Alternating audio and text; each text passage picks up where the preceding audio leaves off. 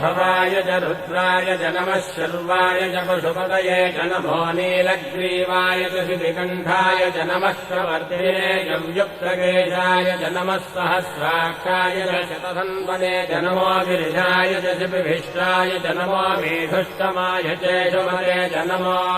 ह्रस्वाय च वामनाय च नमो बृहते च वर्षीयते च नमो वृद्धाय च संवृद्धने च नमो अग्र्याय च प्रथमाय च नम आशवे चाजिराय च नमः शीघ्रियाय च शीघ्राय च नम ऊन्याय चावस्रन्याय च नमः स्रोतस्याय च दीर्घाय च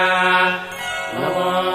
ज्येष्ठाय च कनिष्ठाय च नमः पूर्वजाय चापरजाय च नमो मध्यमाय चापगल्भाय च नमो जघन्याय च बुद्धियाय च नमः श्रोभ्याय च प्रतिशल्याय च नमो याम्याय च क्षेम्याय च नमो उर्भर्याय च